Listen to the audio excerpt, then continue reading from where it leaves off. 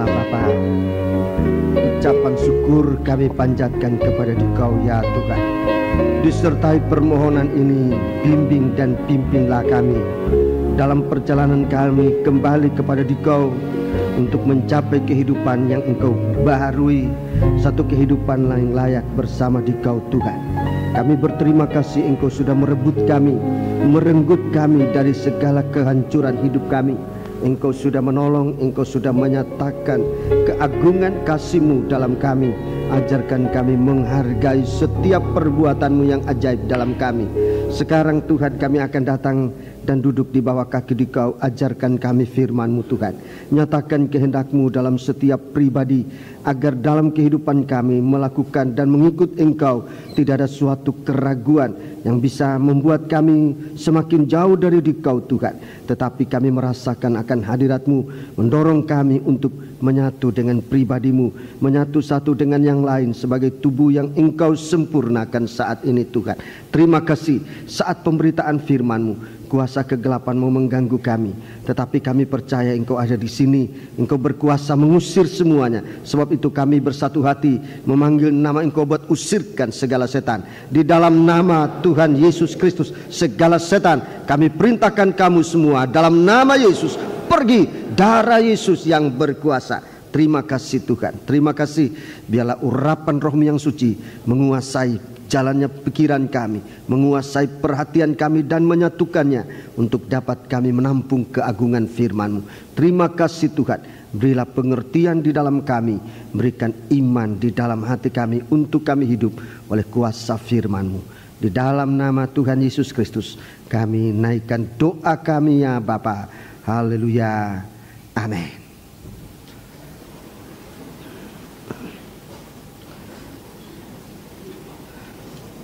Salam sejahtera disampaikan kepada kita sekalian sidang jemaat yang dikasihi Tuhan, rekan-rekan hamba Tuhan baik yang dari Pulau Jawa sini dan di antara kita sudah ada hamba Tuhan yang datang dari luar Pulau Jawa untuk bukan hanya ikut kebaktian Bible Study pada malam hari ini, tapi juga akan lanjut dalam mengikuti kebaktian persekutuan yang akan diadakan pada minggu depan, tepatnya tanggal 9, 10, dan 11 September yang akan datang, hari Selasa, Rebu, dan Kemis minggu depan. Saudara-saudara sidang jemaat diharapkan untuk bisa datang menghadiri kebaktian ini, dan kebaktian ini sesungguhnya banyak perhatian Tuhan dalam kita sekalian, teristimewa sidang jemaat Jalan Johor Lemah-Putro yang oleh kasih sayang dan kemurahan Tuhan mendapat kesempatan untuk menjadi penyelenggara di dalam kebaktian persekutuan ini. Sesuatu hal yang istimewa yang Tuhan berikan kepada kita sekalian. Gunakan kesempatan ini dengan sebaik-baiknya untuk melibatkan diri baik dalam ikut dalam pengurusan jalan laksananya kebaktian maupun di saat kebaktian sedang berjalan, dan juga dalam menyambut tamu-tamu, supaya kita semua menjadi tuan rumah yang baik yang dapat membagikan berkat bagi sesama umat manusia, hamba-hamba Tuhan yang akan datang. Mereka nanti akan kembali membawa berkat ini untuk sidang jemaat, sehingga saudara-saudaraku dari peserta yang sudah mendaftarkan diri sampai pada hari ini seluruhnya sudah 240 orang hamba-hamba Tuhan, 245 orang, mulai dari Irian Jaya, Sulawesi, Kalimantan, Nusa Tenggara Timur, ya maafkan, yang sangat terakhir 263, sebab memang hampir setiap jam ada berita lewat telepon maupun fax yang kita terima. Semakin hari semakin banyak, 263 dari Lombok, dari Bali, dari Sumatera Utara, dari Pulau Jawa. Dan masih tentunya masih akan datang, dan mereka yang belum sempat memberikan berita begitu mendengarkan mereka pada akan datang, sehingga kesempatan kebaktian ini saudara-saudara yang sudah ada di Surabaya, baik sidang jemaat di Jalan Johor Lemah-Putro, rekan-rekan hamba-hamba Tuhan yang ada di kota Surabaya, baik dalam ikatan persekutuan dalam Gereja Pantekosta Tabernakel maupun persekutuan hamba-hamba Tuhan bersama kami di sini di kota Surabaya. Beberapa hamba Tuhan di luar GPT juga ikut persekutuan kami. Kami mengundang saudara-saudara untuk mengkaitkan, melibatkan diri dalam kebaktian ini. Jika memungkinkan, saudara-saudara datang bersama tua-tua atau beberapa anggota yang merindukan, sungguh-sungguh merindukan firman persekutuan ini, datanglah. Sebab memang saudaraku, satu tema yang kita rindukan, yang kita sampaikan dalam kebaktian ini adalah suatu persekutuan, suatu doa. Satukan kami, oh Tuhan. Satukan kami, oh Tuhan. Ini merupakan suatu kerinduan yang ditaruh oleh Tuhan dalam hati kita lewat gembala untuk disampaikan kepada Tuhan. Merindukan kesatuan ini. Kesatuan bukan karena organisasi buatan manusia, tetapi suatu kesatuan yang dikerjakan oleh tangan Tuhan. Suatu gerakan penyatuan akhir zaman, seperti yang terjadi di lembah, yang di dalam kitab Nabi Yeskiel dikatakan suatu gerakan dari tulang-tulang yang pada bergerak mencari kaitan di dalam kesatuan tubuh untuk dibangkitkan menjadi satu pasukan tentara yang tidak terkalahkan. Marilah kita datang bersekutu di dalam kebaktian ini. Saya merindukan seluruh anggota sidang jemaat. Hanya saya mohon pengertian saudara-saudara untuk menjaga supaya anak-anak sebaiknya jangan dibawa dalam kebaktian ini. Kebaktian nanti saya sudah jelaskan beberapa kendala-kendala yang membuat nanti bisa membuat kita tidak atau terganggu di dalam kebaktian itu. Sebab banyak hal-hal yang harus sudah diperhitungkan, semacam bagian-bagian dari hotel itu yang kebanyakan merupakan alat-alat otomat yang jika tentunya kalau anak-anak bermain-main bisa membuat kesulitan buat kita sekalian. Sebab itu saya sangat mengharapkan pengertian kita bersama orang tua untuk anak-anak dalam kebaktian itu kita taruh di rumah, dan mulai pada waktu yang lalu dan sekarang ini usahakan supaya ada yang menjaga dengan baik, supaya itu jangan mengganggu perhatian kita saat kebaktian. Saudara-saudara yang sedang melibatkan diri, saya berterima kasih terutama dalam doa. Dalam doa, saudaraku, biar saudara setia di dalam doa yang saudara sudah pilih jamnya. Saudara-saudaraku, kita sudah berdoa rantai pada beberapa hari ini sampai nanti tanggal 11 jam 24 tanggal 11 malam yang akan datang. Itu akhir dari kesatuan doa kita untuk kemudian nanti akan kita lanjutkan menghadapi doa untuk hari kebaktian Natal persekutuan yang juga dipercayakan oleh kita.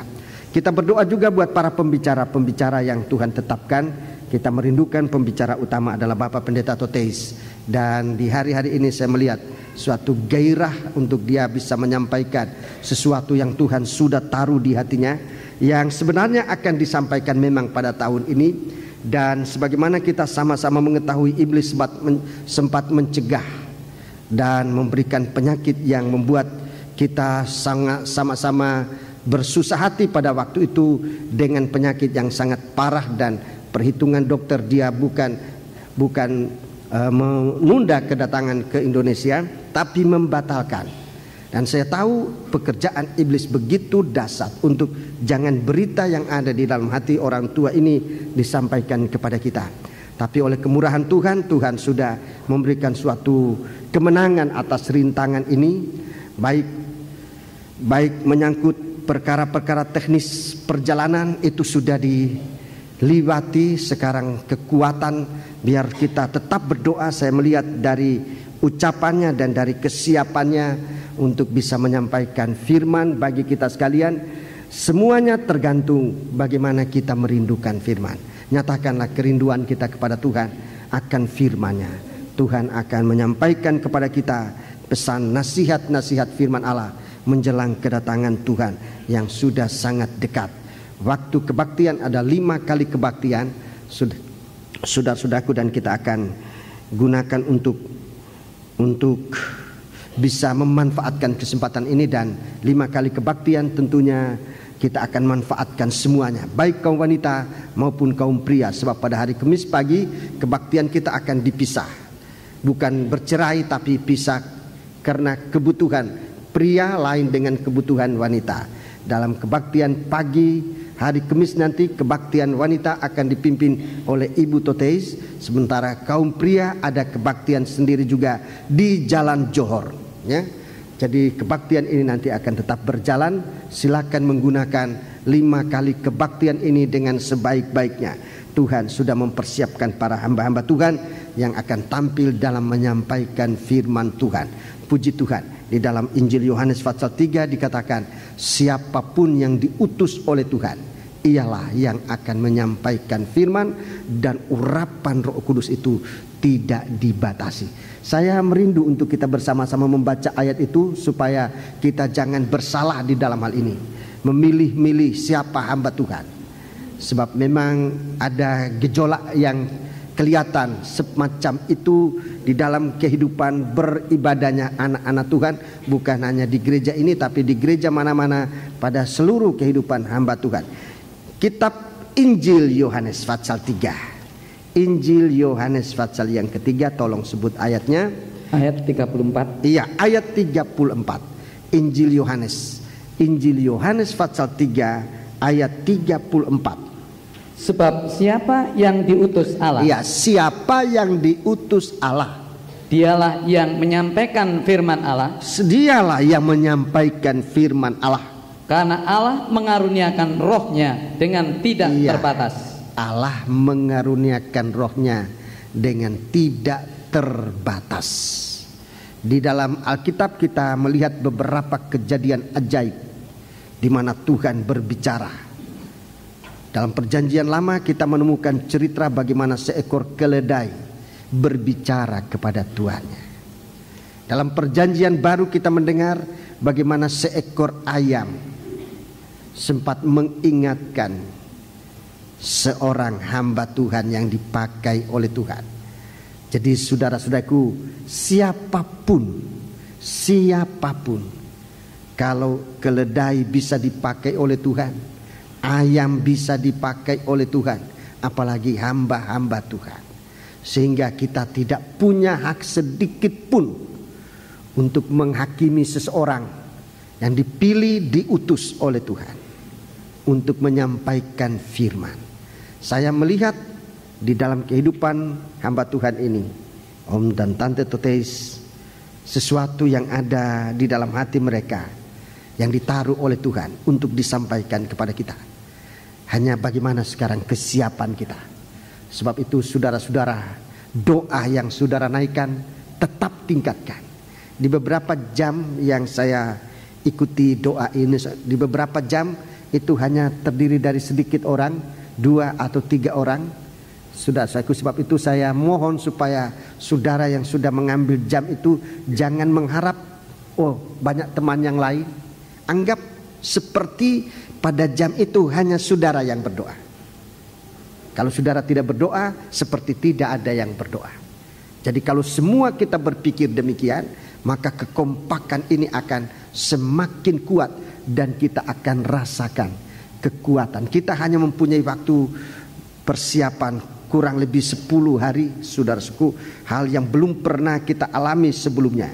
Pada waktu yang lalu kita punya persiapan mulai dari 1 atau 2 tahun menjadi 6 bulan, menjadi 3 atau 4 bulan, dan kali ini hanya kurang lebih 10 hari, saudara-saudaraku. Dan ini suatu kesempatan yang Tuhan berikan kepada kita.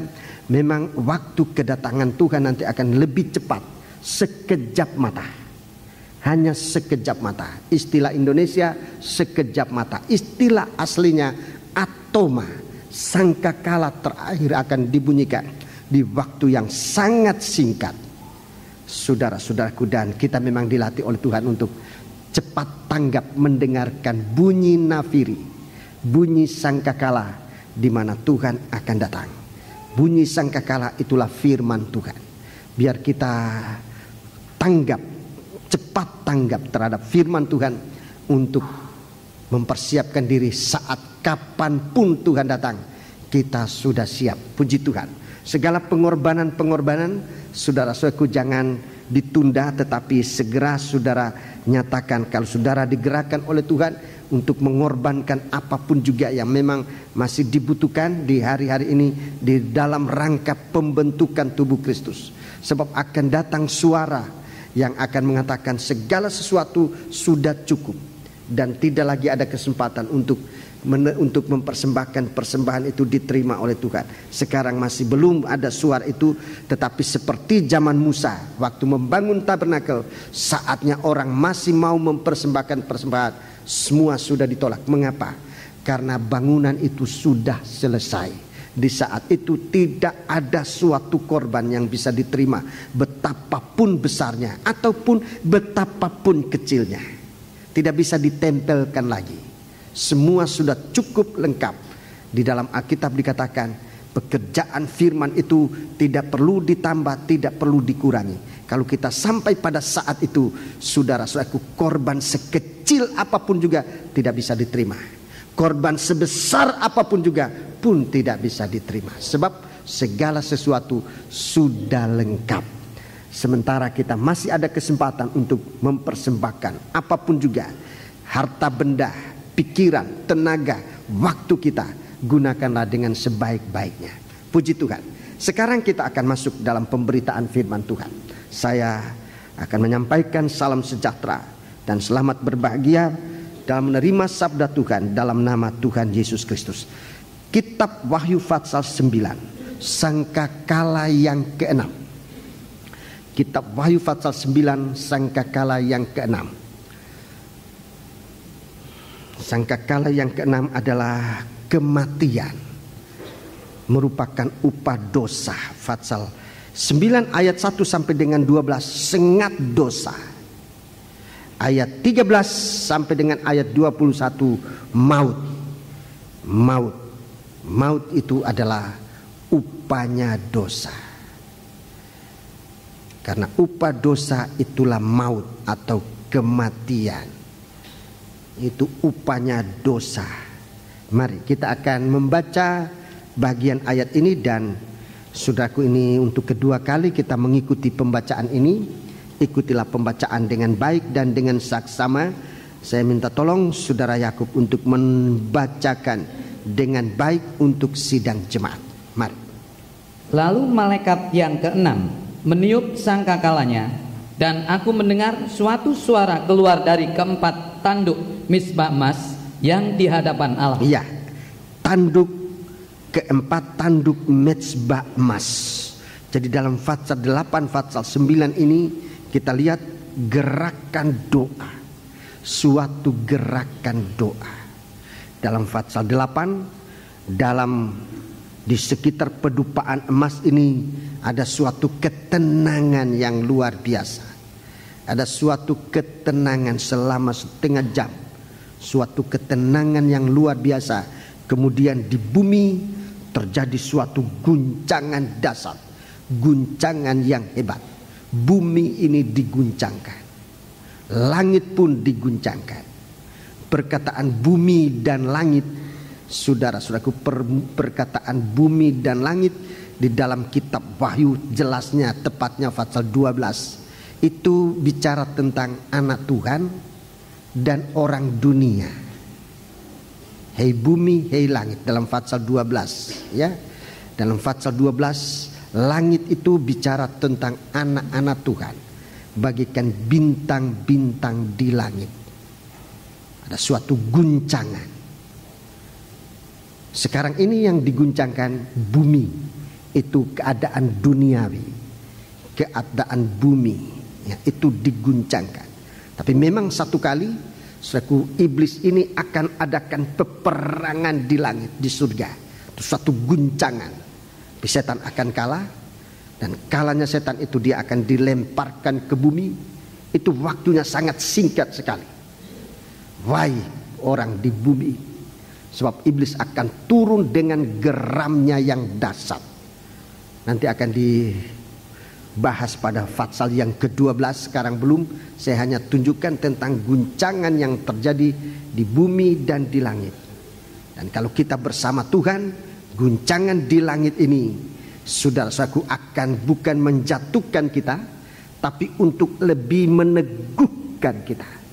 Sekarang guncangan di bumi, anak-anak Tuhan, mohon kemurahan kekuatan Tuhan agar guncangan ini tidak mengganggu ibadah kita, tidak mengganggu pelayanan kita.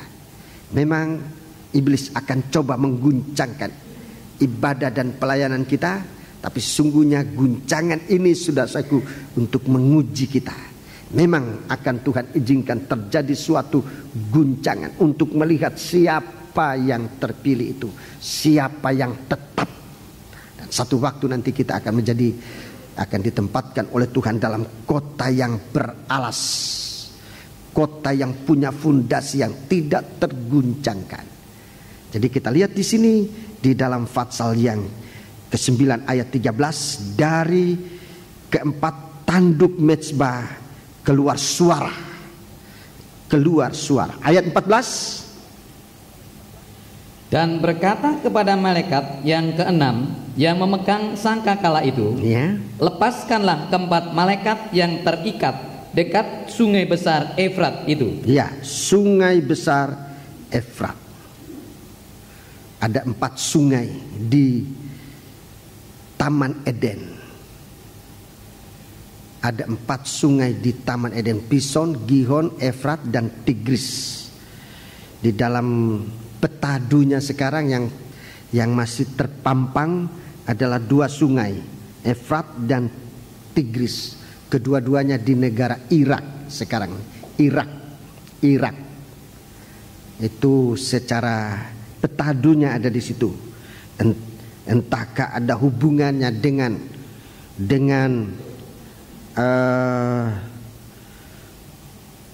bekasnya atau tempatnya Firdaus dulu? Saya tidak mau campur aduk soal itu, tapi seandainya itu ada, kita bisa melihat bagaimana keadaan yang sangat tenang bisa berubah menjadi tempat pertumpahan darah terus menerus.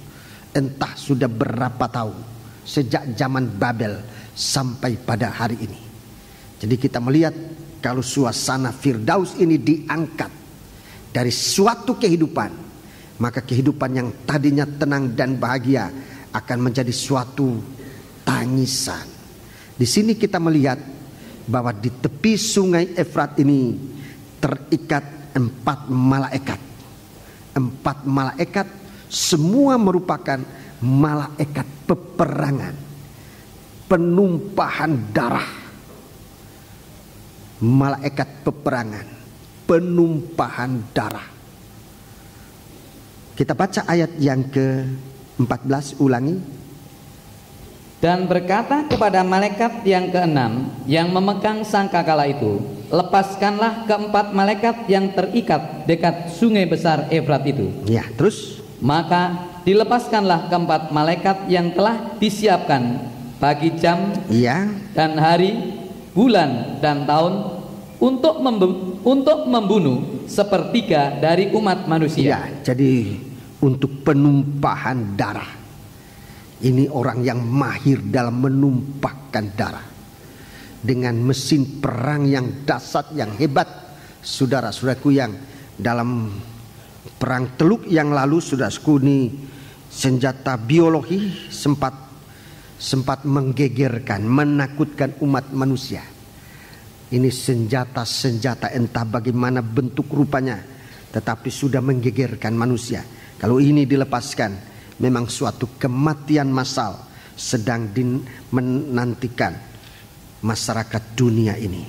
Terus, dan jumlah tentara itu ialah 20.000 laksa pasukan berkuda. Aku mendengar jumlah mereka. Iya. Jadi kalau saudara yang pernah jadi militer, saudara tahu jumlah ini. Ini bukan jumlah yang sedikit. 20.000 laksa, 200 juta tentara. 200 juta tentara. Ini bukan tentaranya satu negara, tetapi kalau hitungan yang benarnya 200 juta tentara itu meliputi tentara seluruh negara di dunia ini akan terlibat dalam perang besar ini. Akan terlibat. Dan tentunya sudah peperangan tanpa arah. Baca terus. Maka demikianlah aku melihat dalam penglihatan ini, kuda-kuda dan orang-orang yang menungganginya. Mereka memakai baju sirah, merah api dan biru, dan kuning belerang warnanya. Kepala kuda-kuda itu sama seperti kepala singa, dan dari mulutnya keluar api dan asap dan belerang. Ya, di garis bawahi, api, asap dan belerang. Ini senjata yang mematikan. Ini senjata yang mematikan. Api, asap dan belerang. Ini senjata yang sangat mematikan. Dan kalau dia mematikan, tidak ada orang yang bisa menghidupkan lagi. Ini senjata yang mematikan. Kalau ini nanti dalam aksinya, kita akan melihat suatu tangisan, sebab terjadi perpisahan. Suami dan istri, orang tua dan anak, saudara dan saudara, akan terjadi perpisahan di saat Yesus datang. Perpisahan antara hidup dan mati. Tidak ada pertemuan. Akan terjadi perpisahan yang besar. Baca terus. Oleh ketiga malapetaka itu dibunuh sepertiga dari umat manusia, yaitu oleh api dan asap dan belerang yang keluar dari mulutnya. Sebab kuasa kuda-kuda itu terdapat di dalam mulutnya dan di dalam ekornya. Ya, dalam mulutnya dan dalam ekornya. Sebab ekornya sama seperti ular, mereka berkepala, dan dengan kepala mereka itu mereka mendatangkan kerusakan. Iya, mereka berkepala, dan dengan kepala mereka itu mereka mendatangkan kerusakan. Dalam suatu pengertian yang sangat dangkal, saudara-saudaraku, kita mengingat bagaimana saudara-saudaraku mesin perang yang mengeluarkan peluru-peluru yang terkendali, bisa dikendalikan. Ini suatu pengertian yang sangat dangkal. Tapi cerita ini atau ayat ini mempunyai pengertian yang lebih dalam, tidak sedangkal itu. Namun kita sudah melihat dalam pengertian sedangkal itu peluru-peluru kendali yang sekarang sedang dibuat, sedang diuji cobakan, sedang digunakan, itu sudah mengadakan kerusakan dasar.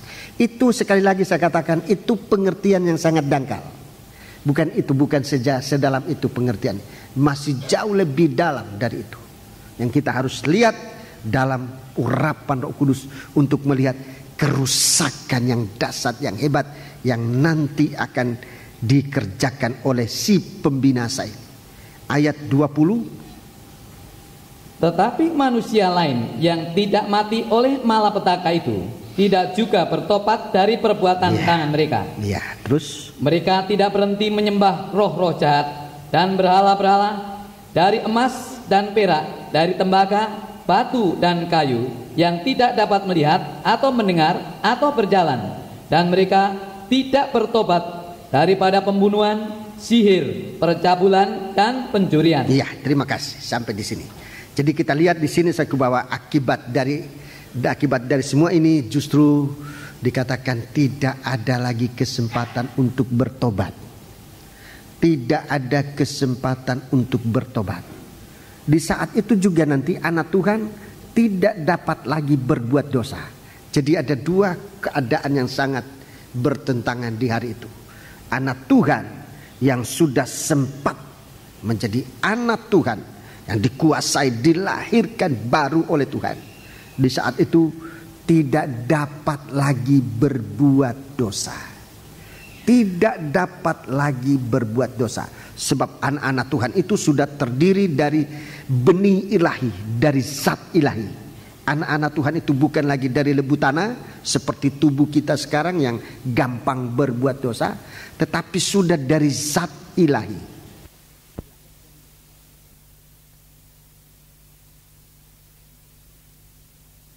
Dan mendarah daging. Dia terdiri dari Roh El Kudus. Saudara-saudaraku, dia terdiri dari zat ilahi yang namanya kasih Allah. Ini yang ada pada Yesus Kristus saat ia menjadi manusia. Dia adalah roh yang menjadi manusia. Dia adalah firman yang menjadi manusia. Dia adalah kasih Allah yang dilahirkan menjadi manusia. Jadi saudara, kita lihat bahwa di saat itu setiap anak-anak Tuhan yang sudah dilahirkan kembali dari zat ilahi, dari benih ilahi itu, di saat itu tidak dapat berbuat dosa. Sementara di pihak lain, manusia yang lain yang tidak terdiri dari zat ilahi, di saat itu tidak ada lagi kesempatan untuk bertobat. Mereka sudah tidak dapat bertobat. Jadinya seperti setan. Setan itu tidak dapat bertobat. Mengapa? Sebab setan tidak mempunyai tubuh seperti tubuh kita ini. Manusia itu bertobat sebab punya tubuh seperti kita ini. Dan dalam tubuh seperti kita, Yesus menjadi sama seperti kita untuk menjadi korban pendamaian. Hanya orang yang ada di dalam tubuh itu yang dapat memanfaatkan korban tubuh dan darah Kristus. Ini perjamuan suci ini, tubuh dan darah. Tubuh dan darah Kristus. Sebab itu saudaraku, biar kita menggunakan kemurahan Tuhan.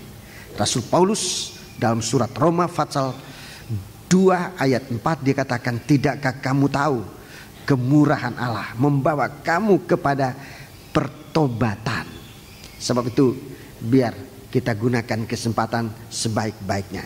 Jadi akan ada waktunya tidak bisa bertobat lagi. Sekarang ini kita masih mendapat kesempatan. Suara dari Nabi Yohanes Pembaptis yang berseru-seru di padang belantara masih diudarakan sampai pada hari. Bertobatlah kamu. Percaya, bertobat. Beri dirimu dibaptis supaya kamu menerima Roh El Kudus yang akan diberikan kepadamu.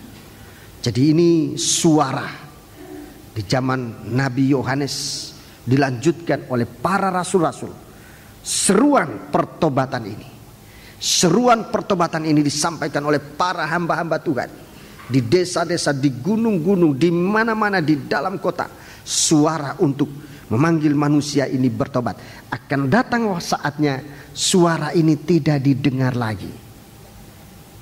Tidak ada lagi kesempatan untuk bertobat. Sebab itu mari kita menggunakan kesempatan dengan sebaik-baiknya.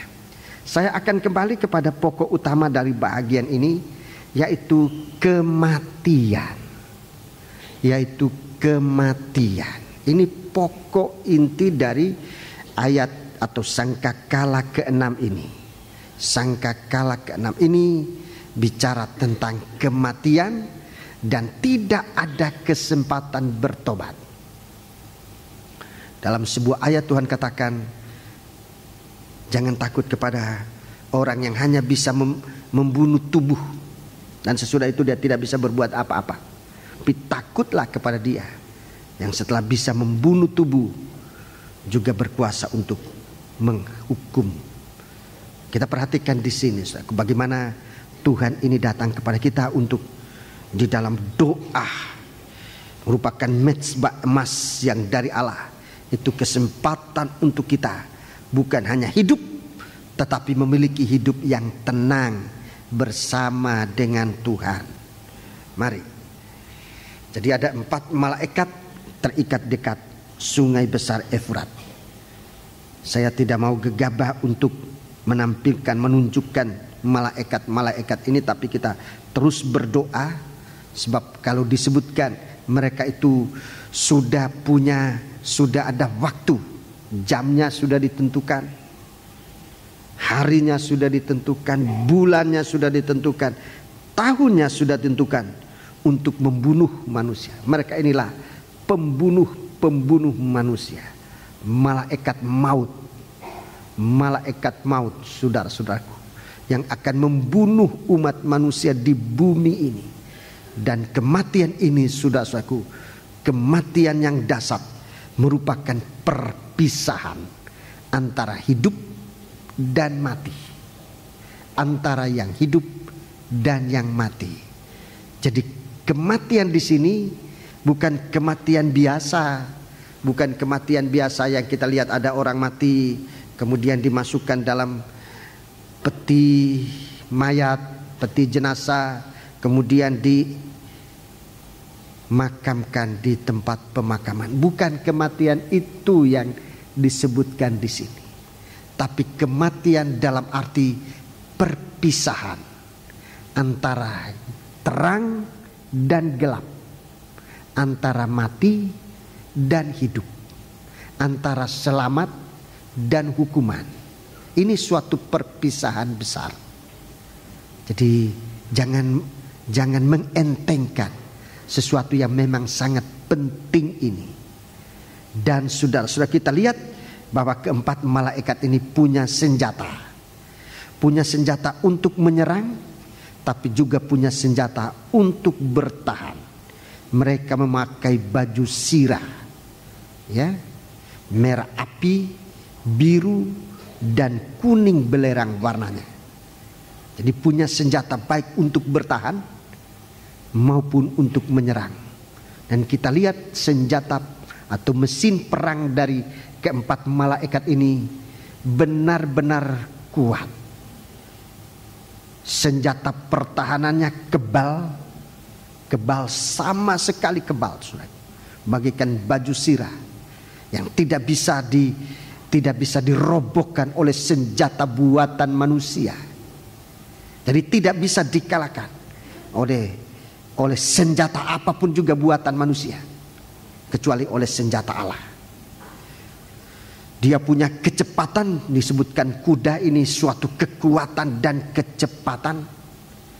Dan saudara-saudaraku, di dalam kitab nabi-nabi disebutkan bahwa manusia cenderung untuk suka naik kuda ini. Manusia suka naik kuda ini. Padahal Tuhan merindukan sesungguhnya supaya kita berada dalam suasana tenang dan damai, tenang dan berharap kepada Tuhan. Di situ letak kekuatan kita. Tapi manusia ingin tidak demikian, tetapi mau naik kuda. Dia naik kuda, arahnya kepada maut. Ini kuda ini. Mari, lebih baik kita baca ayat itu dalam kitab Nabi Yesaya. Kitab Nabi Yesaya.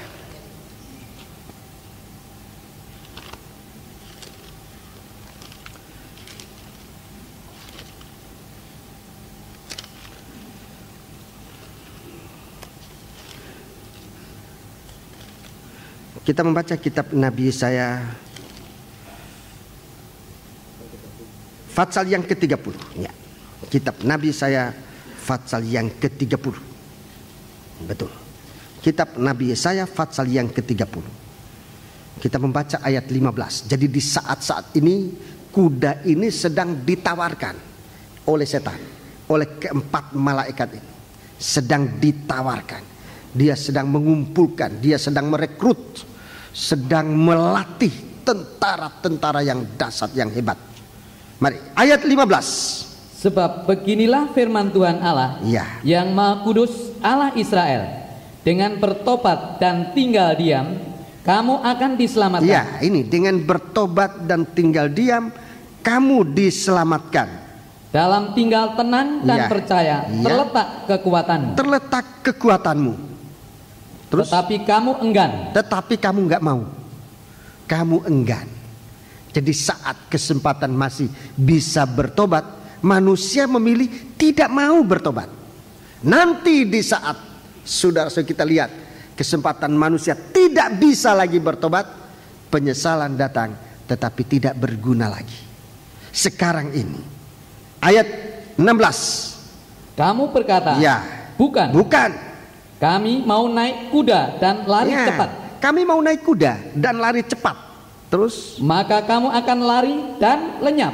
Kamu akan lari menuju kepada kebinasaan. lebih cepat binasa. Tidak mau bertobat itu artinya dia lebih cepat kepada kebinasaan. Kamu lari cepat kepada kebinasaan. Terus Katamu pula, kami mau mengendarai kuda tangkas. Kami mau mengendarai kuda tangkas. Maka para pengejarmu akan lebih tangkas lagi. Iya, sampai di situ. Jadi kita lihat bagaimana ulah manusia di hari-hari. Kalau bicara tentang pertobatan, mereka enggan. Tapi kalau bicara tentang bagaimana lari cepat kepada maut, berapa harga pun yang harus dia bayar untuk masuk cepat dalam api neraka. Berapa dolar yang sudah digunakan untuk mempercepat perjalanan manusia masuk dalam api neraka. Sementara firman Tuhan sebetulnya merupakan rem yang paling kuat untuk menahan manusia supaya jangan binasa. Itu diabaikan oleh manusia. Hanya firman Allah yang mampu mengerem, bahkan menghalangi manusia agar jangan masuk di dalam api neraka. Tapi itu yang diabaikan oleh manusia di hari-hari. Pemberitaan firman Allah diabaikan. Pemberitaan firman Allah dari kami hamba-hamba Tuhan mulai diringan-ringankan. Sementara dosa ini tumbuh begitu cepat, pemberitaan firman Allah terlalu enteng. Bukan saatnya kita mengentengkan pemberitaan firman. Rekan-rekanku hamba Tuhan, Rasul Paulus dia katakan kepada sidang jemaat supaya mendoakan kami. Dalam Efesus pasal 6, Rasul Paulus mengatakan, doakan kami supaya kami punya keberanian untuk menyatakan firman Allah. Mengapa? Sebab firman Allah yang mampu untuk mengerem manusia, untuk menahan atau untuk mencegah manusia supaya jangan masuk dalam api neraka. Sebab kecenderungan manusia sekarang ini mau lebih cepat. Jalan kaki terlalu pelan, dia naik kuda. Kuda terlalu pelan, dia pilih kuda tangkas. Lebih mahal karcis masuk neraka, lebih disukai orang untuk membelinya. Masuk neraka pakai karcis, saudara-saudaraku. Karcisnya mahal, tapi orang berebutan untuk membeli. Dia lihat-lihat, kalau suatu tontonan yang paling mahal, pasti saudara-saudaraku, kecepatan untuk berbuat, untuk hidup dalam dosa itu lebih terbuka. Dan manusia berbondong-bondong ke situ. Sementara Tuhan menawarkan keselamatan dengan dia katakan, siapa yang haus, siapa yang lapar, ambil dan makan dan minum tanpa harus membayar. Keselamatan ditawar-tawarkan di hari-hari ini, tapi orang tidak mau. Sementara neraka diperjualbelikan dan orang berebut untuk membelinya. Pandai-pandailah membaca situasi. Pandai-pandailah melihat keadaan. Di sini Tuhan mengatakan supaya kamu bertobat, tinggal diam akan diselamatkan. Tapi kamu enggan, kamu mau pilih naik kuda. Tapi begitu naik kuda, cepatnya manusia itu masuk ke dalam kehancuran. Di sini diistilahkan lenyap. Kamu lari cepat, maka kamu akan lari dan lenyap. Sebab itu mari kita perhatikan di dalam kitab Wahyu Fatsal yang ke-9 ini, kitab Wahyu Fatsal yang ke-9 dalam ayat yang ke-17 tadi, di sana diungkapkan kuasa maut yang ada dalam kuda ini. Kuasa maut yang ada dalam kuda ini. Ini yang akan saya sampaikan dalam kesempatan studi ini. Kuasa maut yang ada dalam kuda ini. Kepala kuda-kuda itu sama seperti kepala singa. Dan dari mulutnya keluar api dan asap dan belerang. Ini lebih dahulu akan saya terangkan. Kemudian yang lain-lain nanti akan menyusul. Kita tetap berdoa supaya Tuhan bukakan rahasia ini. Sebab ini tidak bisa dipelajari dari manusia siapapun juga, kecuali Tuhan membukakan rahasia. Dan rahasia ini, saudara-saudaraku, itu harus dibukakan, diungkapkan oleh ayat-ayat firman Allah itu sendiri. Mari kita pertama-tama akan membaca tentang dari mulutnya keluar api. Ini peluru atau pelor yang pertama mematikan. Yang ini manusia tidak anggap berbahaya. Manusia suka bermain-main dengan pelor yang pertama ini. Namanya pelor api. Pelor api, senjata api. Dalam kebaktian minggu saya sampaikan kepada saudara-saudaraku dalam pengertian yang sangat dangkal. Pengertian sangat dangkal dalam suatu pemberitaan penginjilan. Saya mengatakan bagaimana kita sudah melihat senjata api digunakan pada waktu perang dunia yang pertama. Sudah menghasilkan kemusnahan manusia, sudah menghasilkan kehancuran. Ini senjata api, tapi dalam pengertian yang sangat dangkal. Senjata api yang kita semua kenal itu senjata api, tapi yang dibunuh di situ adalah tubuh manusia. Yang dirusakkan hanyalah buatan tangan manusia itu sendiri. Sudah senjata api sudah digunakan pada perang dunia pertama.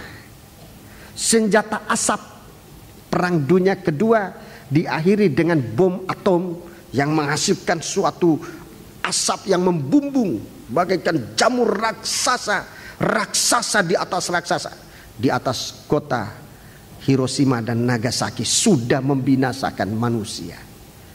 Dan sampai hari ini, saudara-saudaraku, bejeritan manusia itu masih merupakan kengerian. Bekas-bekas dari jamur asap ini masih merupakan suatu kengerian. Masih senjata belerang yang kita masih belum tahu bagaimana nanti kalau dipraktekkan senjata belerang ini. Saya tidak mengerti. Tapi sekarang saya mau bicara dalam studi, ya. Kali ini saya akan bicara dalam studi pengertian rohani dari senjata-senjata ini. Begitu dahsyatnya senjata ini, tetapi diremehkan oleh manusia. Manusia sekarang bermain-main dengan senjata ini. Bermain-main, termasuk anak-anak Tuhan. Dan kita harus hati-hati. Namanya senjata api, mematikan. Di dalam Yakobus pasal yang ketiga, dalam Yakobus pasal yang ketiga, kita menemukan Tuhan bicara tentang ini. Tuhan bicara tentang senjata ini. Yakobus pasal 3 Tuhan bicara tentang senjata api ini, saudaraku. Yakobus pasal yang ketiga.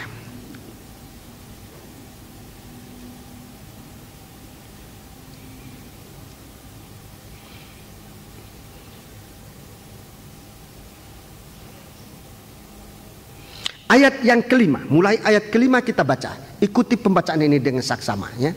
Demikian Ikuti. juga lidah. Sebentar, saya tunggu saudara menemukan ayat itu untuk dibaca bersama.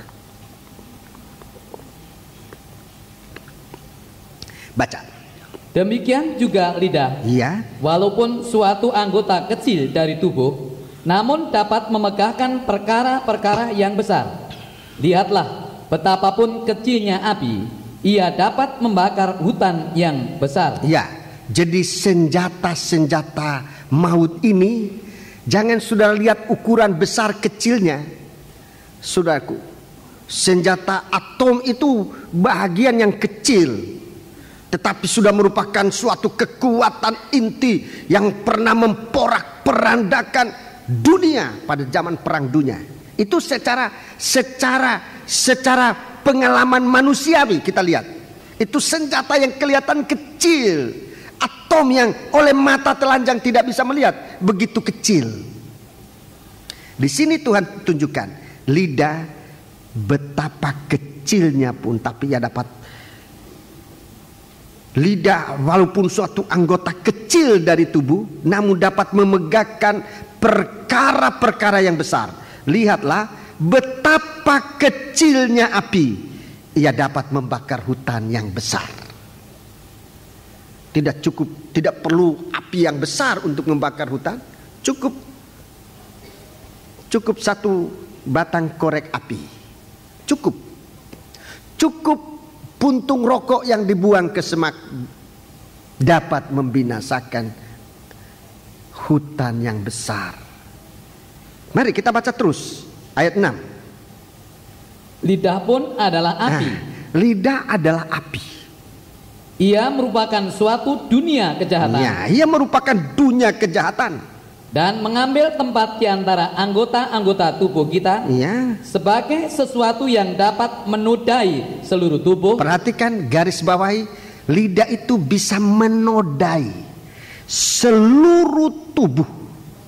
Lidah itu menodai seluruh tubuh. Terus, dan menyalakan roda kehidupan kita. Ya. Sedang ia sendiri dinyalakan oleh api neraka. sedang dia sendiri akan dibakar, dinyalakan oleh api neraka.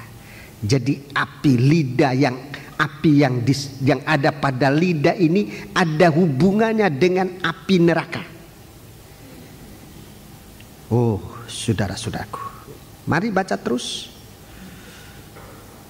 Semua jenis binatang liar, Iya. burung-burung, serta binatang-binatang menjalan dan binatang-binatang laut dapat dijinakkan dan telah dijinakkan oleh sifat manusia. Iya, 8.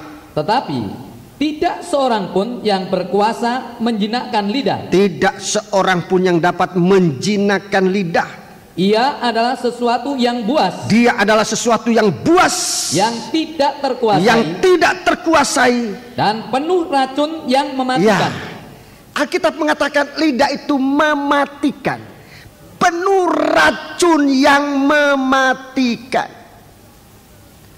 Jadi ini pengertian ini bukan dari seorang manusia siapapun juga, tapi dari ayat Alkitab menunjukkan senjata yang keluar dari mulut kuda ini adalah api, racun yang mematikan, suatu kekuatan yang sangat buas, yang tidak terkuasai. 9. Dengan lidah kita memuji Tuhan Bapa kita, dan dengan lidah kita mengutuk manusia yang diciptakan menurut rupa Allah. Dari mulut yang satu keluar berkat dan kutuk. Ya. Hal ini, saudara-saudaraku, tidak boleh demikian terjadi. Ya, jadi terjadi suatu perpisahan, sehingga pengertian kematian di dalam pasal 9 kitab Wahyu itu suatu perpisahan antara hidup dan mati, atau hidup atau mati. Terjadi suatu perpisahan. Saudara-saudaraku, mari kita mau berhati-hati dengan lidah yang ada pada kita ini.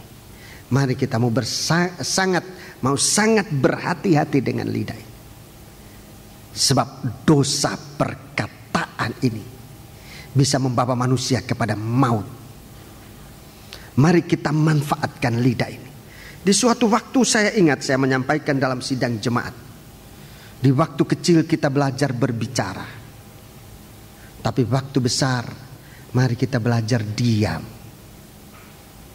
Waktu kita masih kecil kita belajar bagaimana bisa bicara.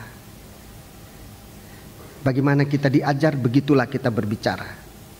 Tapi waktu kita sudah besar, dewasa, bagaimana kita bisa diam, itu harus kita pelajari. Sebab itu salah satu sifat dari mempelai wanita adalah pendiam. Perkataan pendiam itu artinya bukan tidak berkata-kata, tapi pendiam di situ artinya dapat menguasai lidah. Itu salah satu sifat dari mempelai wanita, merupakan suatu perhiasan, merupakan emas yang murni yang menyalut seluruh tubuh. Saudara-saudaraku, dalam 1 Petrus pasal 3, mari kita membaca 1 Petrus pasal yang ketiga. Ini sifat pendiam artinya dapat menguasai lidah. 1 Petrus pasal yang ketiga. 1 Petrus pasal yang ketiga. Ini salah satu sifat dari mempelai wanita. Ayat yang ketiga. Perhiasanmu janganlah secara lahiriah, yaitu dengan mengepang-ngepang rambut, memakai perhiasan emas, atau dengan mengenakan pakaian yang indah-indah. Iya, ayat 4. Tetapi perhiasanmu ialah manusia batinia. Perhiasan itulah manusia batinia yang tersembunyi dengan perhiasan yang tidak binasa, yang berasal dari roh yang lemah lembut. Roh yang lemah lembut dan tentram. Dan pendiam. Tentram ini dan pendiam. Dan tentram, diam. Diam dengan tenang, itu tentram. Dan tentram. Terus? Yang sangat berharga di mata Allah. Yang sangat berharga di mata Allah. Ini orang yang dikuasai oleh kehidupan. Bagaimana kita memanfaatkan lidah kita ini. Sidang jemaat di hadapan Tuhan. Bagaimana bisa memanfaatkan lidah. Dalam surat Yakobus dikatakan untuk memuji Tuhan. Lidah untuk memuji Tuhan. Bagaimana kita bisa menggunakan lidah ini untuk memuji Tuhan? Di dalam Filipi pasal 2 di sana Tuhan ajarkan suatu proses sederhana tetapi begitu mantap untuk kita bisa mempunyai lidah yang memuji Tuhan.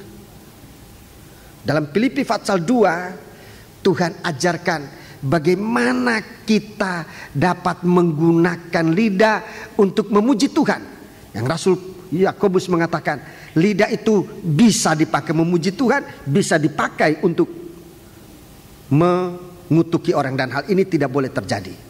Sehingga kalau kita memiliki lidah untuk memuji Tuhan dan kita terlepas dari kutukan itu, demikian juga sebaliknya. Sebab itu mari kita mau lihat suatu proses yang sebenarnya sangat simpel, sangat sederhana, tetapi suatu kekuatan dari Allah. Mari kita melihat dalam Filipi pasal 2 untuk membawa kita kepada bagaimana kita terlepas dari pelor berapi ini yang mematikan, merupakan racun yang mematikan. Saudara-saudaraku, dan ini sudah membuat banyak manusia mati tanpa sadar. Filipi pasal yang kedua. Filipi pasal yang kedua. Filipi pasal kedua, suatu proses yang Tuhan berikan kepada kita. Filipi pasal 2. Ayat yang ketiga. Dengan tidak mencari kepentingan sendiri atau dengan tidak mencari kepentingan sendiri atau puji-pujian yang sia-sia. Sebaliknya, hendaklah dengan rendah hati yang seorang menganggap yang lain lebih utama daripada dirinya sendiri. Iya, menganggap yang lain lebih utama dari dirinya sendiri. Ini hanya bisa kalau kita ada dalam kerendahan hati. 4. Dan janganlah tiap-tiap orang hanya memperhatikan kepentingannya sendiri, tetapi kepentingan orang lain juga. Ayat 5. Hendaklah kamu dalam hidupmu bersama menaruh pikiran dan perasaan yang terdapat juga dalam Kristus Yesus. Terus, yang walaupun dalam rupa Allah tidak menganggap kesetaraan dengan Allah itu sebagai milik yang harus dipertahankan. Ya, sekarang ayat 7 perhatikan. Melainkan telah mengosongkan dirinya sendiri dan mengambil rupa seorang hamba. Ya, mengosongkan diri sendiri.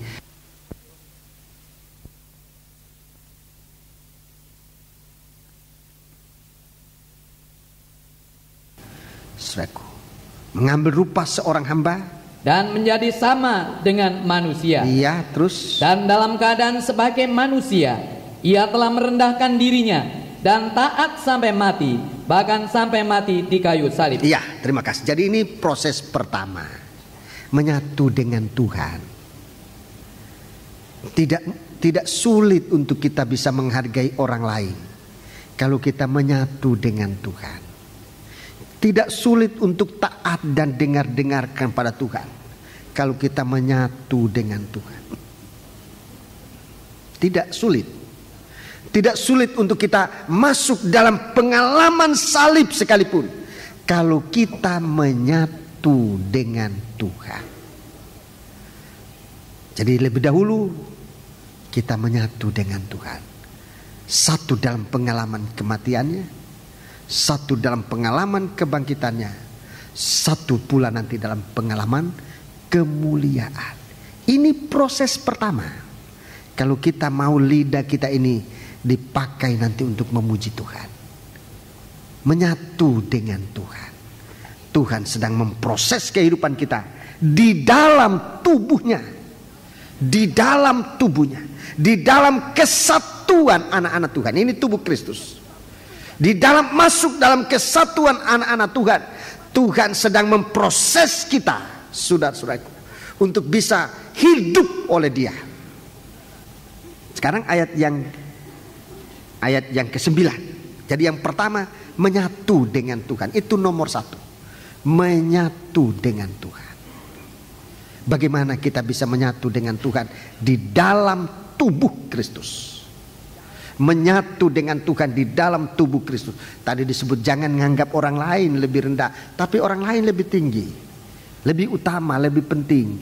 Jangan berpikir dan berperasaan menurut pikir dan perasaan sendiri, tetapi pikiran dan perasaan Kristus di dalam kita. Kalau semua ini ada di dalam bahagian dari tubuh Kristus ini, kita menjadi satu dengan Dia. Jadi saudaraku, menjadi satu di dalam tubuh Kristus. Ini persekutuan anak-anak Tuhan. Yang kedua, proses yang kedua, ayat 9. Itulah sebabnya Allah sangat meninggikan Dia, dan mengaruniakan kepadanya nama di atas segala nama. 10. Supaya dalam nama Yesus bertekuk lutut segala yang ada di langit dan yang ada di atas bumi dan yang ada di bawah bumi. Iya, ini yang kedua. Ini proses kedua. Menerima kuasa dari Tuhan. Menerima kuasa dari Tuhan untuk menggunakan nama itu. Mempunyai kuasa nama dari Tuhan untuk mengalahkan dia yang ada di udara, dia yang ada di langit. Itulah setan. Itulah naga merah padam dalam Wahyu pasal 12. Yang ada di langit, yang ada di udara itu naga merah padam.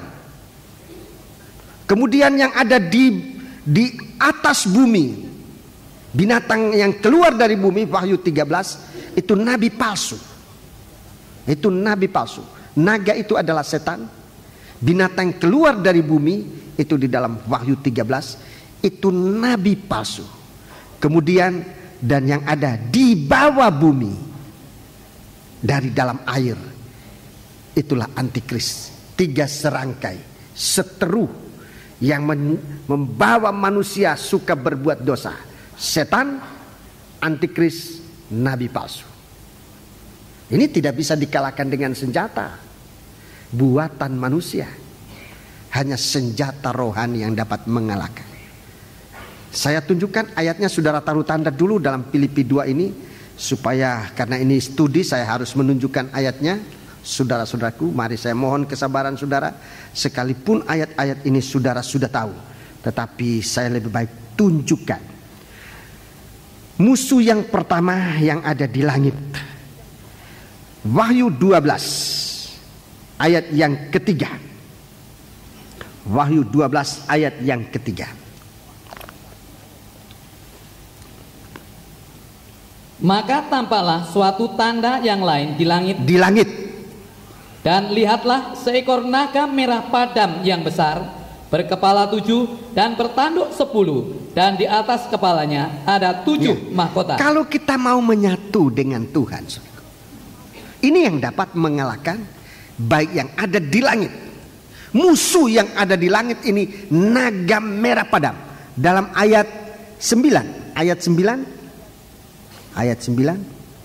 Dan naga besar itu, si ular tua, yang disebut iblis atau setan, yang menyesatkan seluruh dunia, dilemparkan ke bawah. Ia dilemparkan ke bumi bersama-sama dengan malaikat-malaikatnya. Iya. Di sini disebut ular naga itu disebut ular tua. Disebut namanya setan atau iblis. Disebut namanya di sini ya. Itu dikalahkan. Dikalahkan. Dalam ayat 12, ayat 11. Ayat 11. Dan mereka mengalahkan dia oleh darah anak domba. Mereka mengalahkan dia dengan darah anak domba. Perhatikan saudaraku, mengalahkan dengan darah anak domba. Siapa yang memiliki darah anak domba ini? Siapa yang memiliki darah anak domba ini? Dalam Filipi pasal 2 tadi adalah orang yang sampai pada salibnya Tuhan. Orang yang bertekun, taat dan dengar-dengaran. Itu yang memiliki kuasa darah. Orang yang taat dan dengar-dengaran, dia menggunakan darah Yesus. Dan setan dikalahkan. Orang yang taat kepada Tuhan, taat kepada firman. Orang ini yang diberikan oleh Tuhan kuasa untuk mengalahkan setan. Dia sampai kepada salibnya Tuhan untuk dipercik dengan darah Yesus. Dan dia punya perjalanan adalah perjalanan kesaksian Yesus. Kesaksian ini pun yang dapat mengalahkan setan. Baca terus. Dan oleh perkataan kesaksian mereka. Terus. Karena mereka tidak mengasihi nyawa mereka sampai ke dalam maut. Ini kesaksian dengan Kristus. Kesaksian dengan salib Kristus. Anak Tuhan, hamba Tuhan yang kena percikan darah.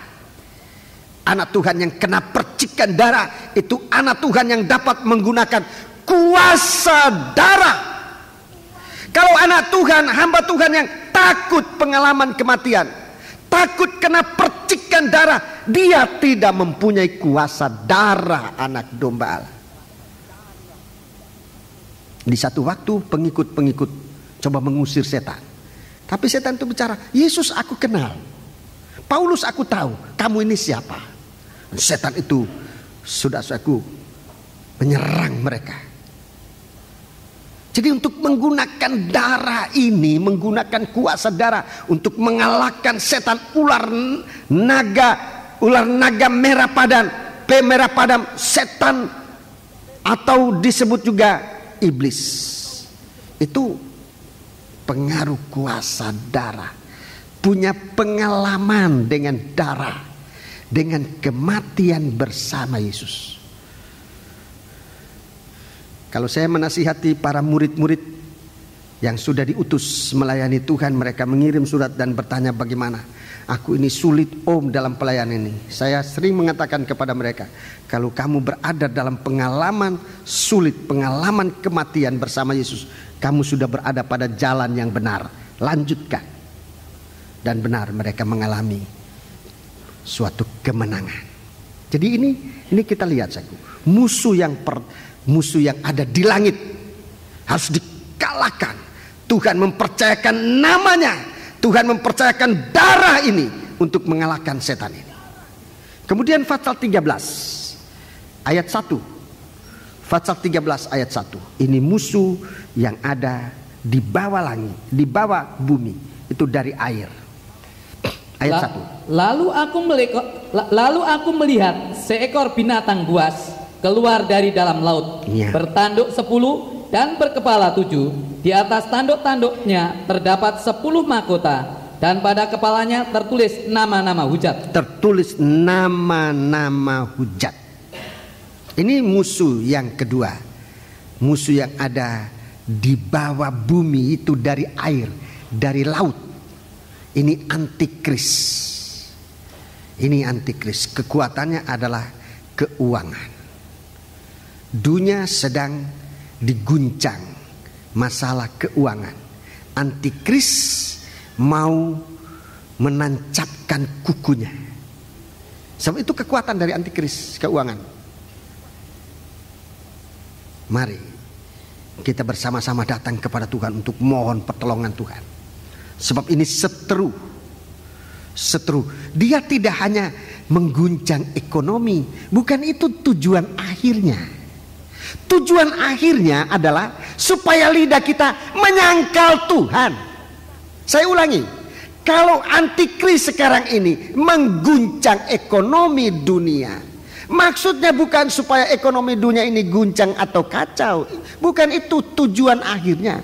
Tujuan akhirnya adalah supaya anak-anak Tuhan menyangkal Tuhan. Dia baru puas kalau anak-anak Tuhan menyangkal Tuhan. Kemudian musuh yang ketiga,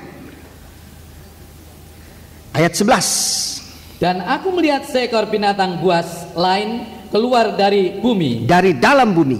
Dari dalam bumi. Dan bertanduk dua sama seperti domba. Dan ia berbicara seperti seekor naga. Iya, ini lebih dekat lagi. Dia sudah menggunakan lidah yang merupakan pelor api. Ini salah satu yang mematikan nanti, saudaraku.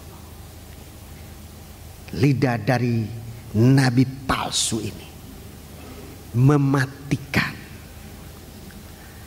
Jadi 3 seteru ini disebutkan, saudaraku, di dalam, kita kembali dalam Filipi pasal 2 itu. Dalam Filipi pasal 2 ini, itu dapat dikalahkan oleh orang yang taat kepada Tuhan, taat bahkan sampai mati di atas kayu salib, mati bersama Tuhan, ya. Jadi saudaraku, proses pertama saya ulangi, menyatu dengan Tuhan. Proses kedua, kita diberi kuasa untuk melawan, untuk mengalahkan musuh, untuk mengalahkan seteru. Seteru kita di dalam ayat 9 dan 10 adalah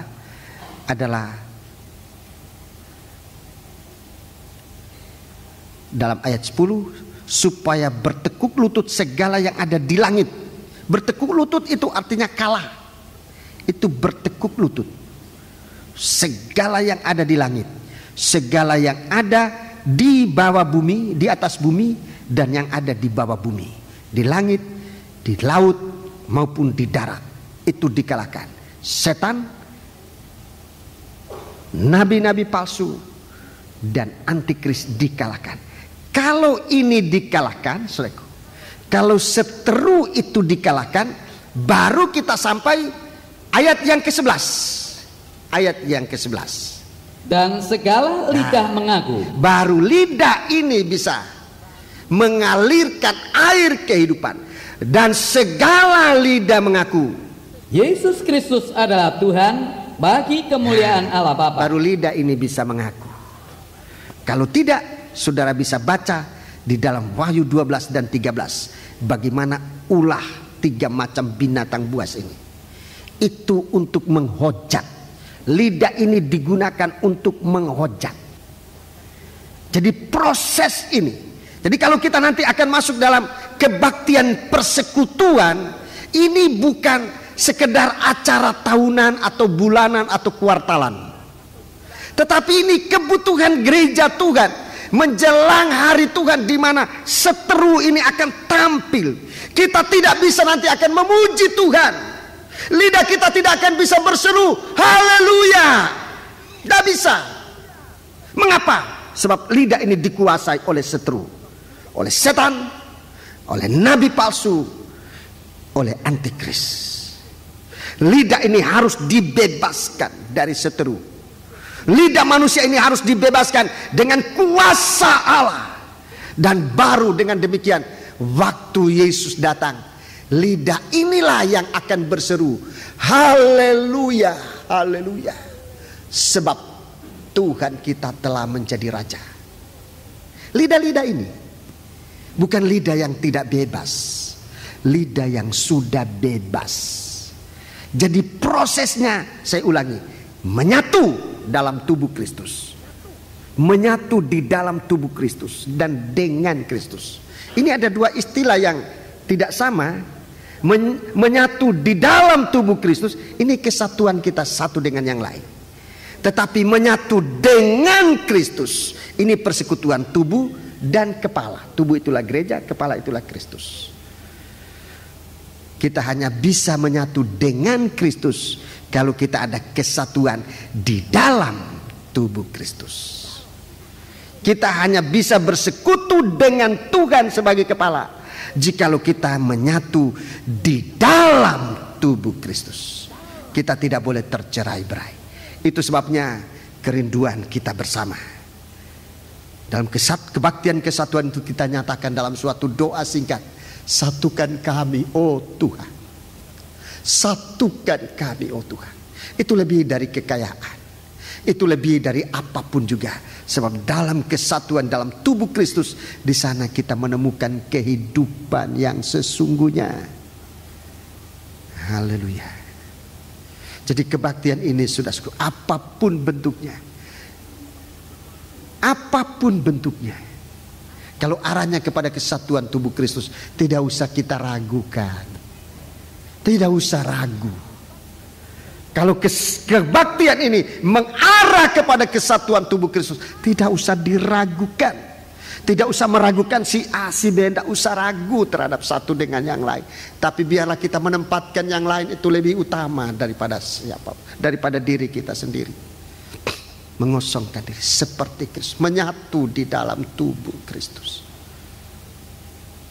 Supaya Kristus di saat ia datang, dia sebagai kepala, dia sebagai raja, dia sebagai mempelai laki-laki, dia kepala. Di saat itu lidah kita bisa berseru untuk berkait, untuk menyatu dengan dia. Dalam Wahyu 19, sudah lihat suatu waktu kedatangan Tuhan, lidah yang dibebaskan ini, lidah yang sudah sempat mengaku Yesus Kristus adalah Tuhan bagi kemuliaan Allah Bapa, dia ada di situ. Dia nanti akan merupakan suatu suara, satu kesatuan suara besar dari anak-anak Tuhan yang akan berseru haleluya. Alangkah indahnya kalau suara kita ikut serta di dalam suara itu. Wahyu 19 ayat 5. Maka kedengaranlah suatu suara dari tahta itu, pujilah Allah kita, ya. Hei kamu semua hambanya. Semua hambanya. Hamba ini siapa? Yang dalam Filipi 2 dikatakan hamba yang taat sampai mati, bahkan mati di atas kayu salib. Itu pengalaman hamba yang setia, itulah Yesus Kristus dan semua pengikut-pengikutnya. Hei semua hambanya. Terus, kamu yang takut akan dia, ya, baik kecil maupun besar. Ayat 6. Lalu aku mendengar seperti suara, ya, himpunan besar orang banyak. Suatu suara himpunan besar orang banyak. Seperti desau air bah, ya, dan seperti deru guruh yang hebat katanya. Ya, perhatikan. Haleluya. Ini suara yang dari lidah yang dibebaskan dari seteru, antikris, nabi palsu dan setan. Hanya suara itu, hanya lidah itu yang bisa berseru. Suara atau lidah yang diikat oleh setan, oleh nabi palsu, oleh antikris, tidak bisa berseru. Haleluya. Hanya suara, hanya lidah yang bebas. Sebab kuasa darah anak domba Allah. Karena nama Yesus, lidah itu yang akan nanti mengaku. Lidah itu nanti akan berseru. Ulangi ayat 6. Lalu aku mendengar seperti suara himpunan besar orang banyak, seperti desau air bah, dan seperti deru guruh yang hebat katanya. Haleluya. Haleluya. Karena Tuhan Allah kita yang Maha Kuasa telah menjadi Raja. Raja. Telah menjadi Raja. Telah menjadi kepala dalam kerajaan. Telah menjadi Raja, menjadi kepala di dalam kerajaan. Terus, marilah kita bersukacita dan bersorak-sorai dan memuliakan Dia, karena hari perkawinan anak domba telah tiba dan pengantinnya telah siap sedia. Hubungan antara tubuh itulah mempelai wanita dan Kristus sebagai kepala, mempelai pria itu menyatu. Suara itu hanya lidah yang dibebaskan oleh Tuhan. Betapa kecilnya pun lidah, tapi dia bisa menghanyutkan, dia bisa membinasakan, dia racun yang mematikan. Kalau Alkitab mengatakan mematikan, itu mati betul. Itu betul-betul mati. Kalau Alkitab mengatakan orang itu mati, mati betul, tidak bisa bangkit lagi. Dia akan masuk dalam penghukuman kekal. Sebab itu mari kita perhatikan dengan lidah ini. Kita perhatikan dengan lidah ini. Sebab sekarang Tuhan sedang membentuk gereja Tuhan, sedang mengangkat anak-anak Tuhan menjadi hamba-hamba Tuhan, menjadi para nabi, para rasul, pemberita Injil, guru dan gembala dan semua anggota tubuh dengan karunia-karunia. Arahnya kepada apa? Pembentukan tubuh Kristus yang tumbuh ke arah Kristus sebagai kepala. Kristus sebagai kepala. Mari di dalam Efesus pasal yang keempat, surat Efesus pasal yang keempat, saya tunjukkan ini bagaimana kita, bahwa lidah ini benar-benar merupakan api yang bisa membinasakan. Mari di dalam Efesus pasal 4, dalam kesatuan, mulai dari kesatuan kita dibangun menjadi rumah Allah, menjadi tubuh Kristus. Kita tumbuh ke arah Dia Kristus yang adalah kepala. Daripadanya lah seluruh tubuh rapi tersusun dan diikat menjadi satu oleh pelayanan semua bagiannya sesuai dengan kadar pekerjaan tiap-tiap anggota, menerima pertumbuhannya dan membangun dirinya dalam kasih. Itu ayat yang ke-16. Jadi arahnya ke situ, supaya gereja Tuhan tumbuh mulai dari penyatuan di dalam tubuh Kristus untuk kita bersekutu dengan Dia sebagai kepala. Sekarang ayat 17 ini yang kita baca. Kita menjadi manusia baru. Di dalam tubuh Kristus kita menjadi manusia baru. Mari kita membaca dengan baik-baik. Sebab itu kukatakan dan kutegaskan ini kepadamu di dalam Tuhan. Ya. Jangan hidup lagi sama seperti orang-orang yang tidak mengenal Allah, ya, dengan pikirannya yang sia-sia. Ya, jangan hidup lama. Terus? Dan pengertiannya yang gelap, jauh dari hidup persekutuan dengan Allah. Jauh dengan persekutuan dengan Allah. Karena kebodohan yang ada di dalam mereka dan karena kedegilan hati mereka. Ya. Perasaan mereka telah tumpul. Perasaan mereka tumpul. Jadi tidak berperasaan seperti Kristus berperasaan. Tumpul, perasaan tumpul. Hati mereka menjadi keras, menjadi bodoh. Mereka tidak berpikir seperti Kristus berpikir. Terus? Sehingga mereka menyerahkan diri kepada hawa nafsu, ya, dan mengerjakan dengan serakah segala macam kecemaran. Terus? Tetapi kamu bukan demikian. Kamu bukan demikian. Kamu telah belajar mengenal Kristus. Iya. Karena kamu telah mendengar tentang Dia. Kamu mendengar tentang Dia dan menerima pengajaran di dalam Dia. Iya. Menurut kebenaran yang nyata dalam Yesus. Iya. Yaitu bahwa kamu berhubung dengan kehidupan kamu yang dahulu. Iya. Harus menanggalkan manusia lama. Menanggalkan manusia lama yang menemui kebinasanya oleh nafsunya, ya, yang menyesatkan. Jadi manusia lama inilah yang akan dibinasakan oleh si pembinasa. Tinggal menunggu jamnya, harinya, bulannya dan tahunnya. Hanya tinggal menunggu itu. Ayat yang ke berapa sekarang? 23. Supaya kamu dibaharui. Ya, supaya kamu dibaharui di dalam roh dan pikiranmu. Di dalam roh dan pikiranmu. Dan mengenakan manusia baru, ya, menjadi manusia baru yang telah diciptakan menurut kehendak Allah di dalam kebenaran dan kekudusan yang sesungguhnya. Ya, jadi Tuhan mau anggota tubuh Kristus ini adalah manusia-manusia baru. Setiap sel dalam tubuh itu baru. Tidak ada yang tua, tidak ada yang lama. Semua sel di dalam tubuh Kristus itu sel yang baru. Tidak, jangan ada yang lama. Jangan ada manusia lama. Mari kita melihat bagaimana Tuhan memulaikan terus mengenakan manusia baru yang diciptakan menurut kenal dalam Kristus dan kekudusan yang sesungguhnya. Sudah? Sudah. Sekarang ayat 25. Karena itu buanglah dusta. Ini permulaannya menjadi manusia baru. Ini permulaan menjadi manusia baru. Dimulai dengan ini. Buanglah dusta. Ini menjadi manusia baru. Buanglah dusta. Terus? Dan berkatalah benar seorang kepada yang lain, karena kita adalah sesama anggota. Ya, jadi ini manusia baru dimulai oleh Tuhan dari lidah. Dari lidah. Menjadi manusia baru dimulai dari lidah. Supaya lidah kita bicara yang dapat dipercaya.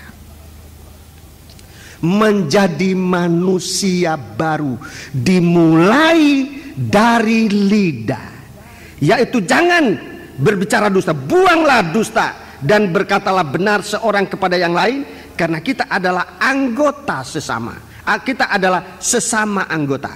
26. Apabila kamu menjadi marah, Ya. janganlah kamu berbuat dosa. Ya. Janganlah matahari terbenam sebelum padam amarahmu. Terus. Dan janganlah beri kesempatan kepada iblis.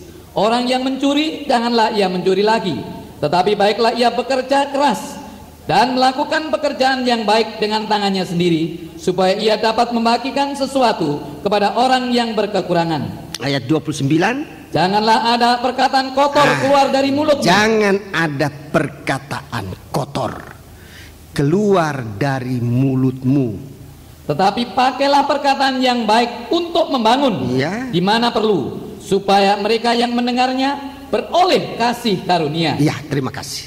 Jadi di sini Tuhan bicarakan tentang ini. Jangan ada dusta, bicara benar, dan jangan berbicara kotor. Lain kali ini sudah kebiasaan. Bicara kotor ini lain kali sudah kebiasaan. Kita tidak tahu, tidak sadar diri bahwa kita sedang bermain-main dengan maut. Maut itu bukan permainan. Sebab kalau kita bermain-main dengan maut, akibatnya sungguh-sungguh dahsyat. Dengan lidah ini, jangan bermain-main dengan lidah. Jangan berbicara yang tidak benar. Berkatalah benar. Berkatalah benar. Jangan berbicara perkataan-perkataan yang kotor keluar dari mulutmu, tapi biar bicara kita bicara yang menghasilkan segala yang baik. Kita membaca di dalam Filipi, surat Filipi. Dalam surat Filipi, surat Filipi kita baca dalam ayat yang keempat, pasal yang keempat, ya.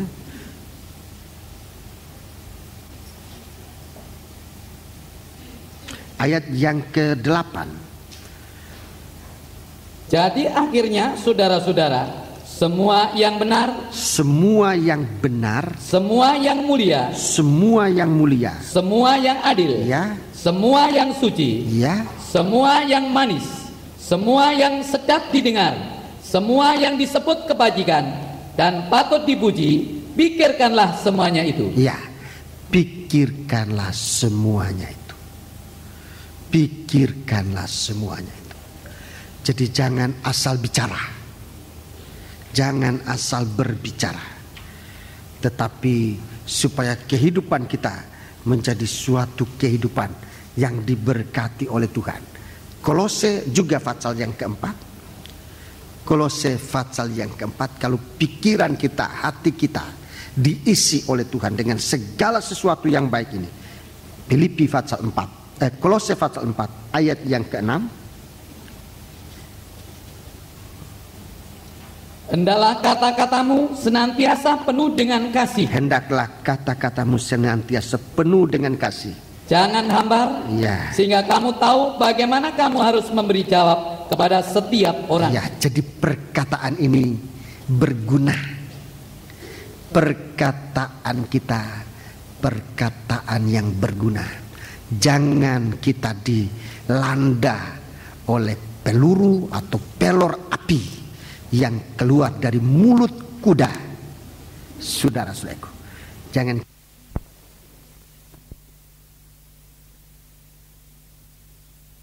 benar menjadi berkat dimanapun kita berada. Sebagai ayat yang terakhir, Injil Matius pasal 12. Injil Matius pasal yang ke-12. Injil Matius pasal yang ke-12. Injil Matius pasal yang ke-12 ini hampir sama dengan Yakobus pasal 3 tadi. Mari kita membaca mulai ayat 33 sampai dengan ayat 37. 33 sampai dengan ayat 37. Jikalau suatu pohon kamu katakan baik, maka baik pula buahnya. Ya.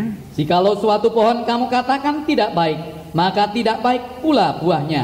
Ya. Sebab dari buahnya pohon itu dikenal. Terus. Hai kamu keturunan ular biludak, bagaimanakah kamu dapat mengucapkan hal-hal yang baik? Ular beludak tidak dapat mengucapkan hal-hal yang baik, sedangkan kamu sendiri jahat. Ya. Karena yang diucapkan mulut meluap dari hati. Yang diucapkan mulut meluap dari hati. Orang yang baik mengeluarkan hal-hal yang baik dari perbendaharaannya yang baik, dan orang yang jahat mengeluarkan hal-hal yang jahat dari perbendaharaannya yang jahat.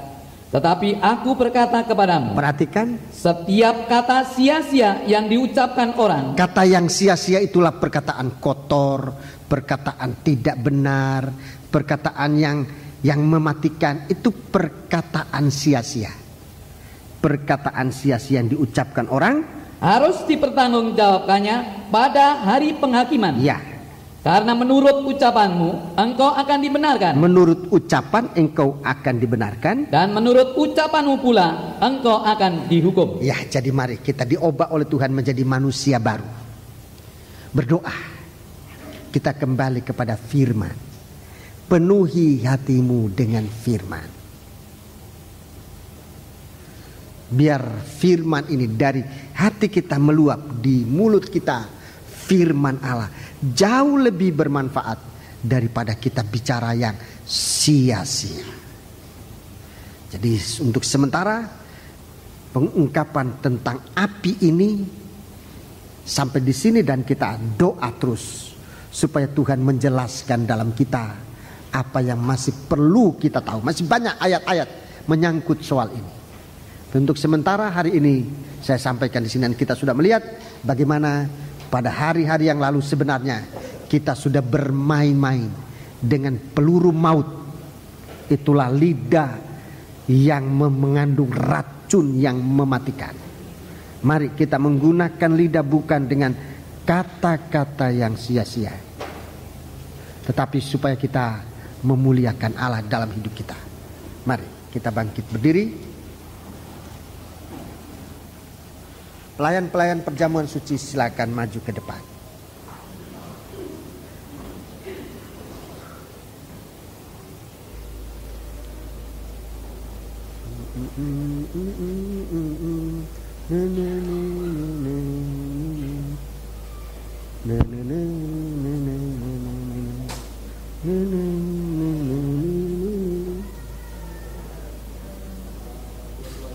Dua 228. Nyanyian rohani nomor 228.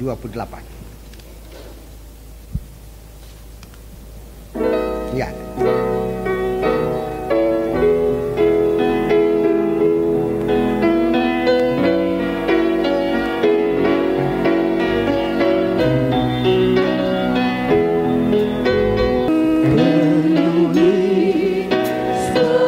Haleluya. Biar kita merindukan hal ini. Penuhilah hidupku. Haleluya.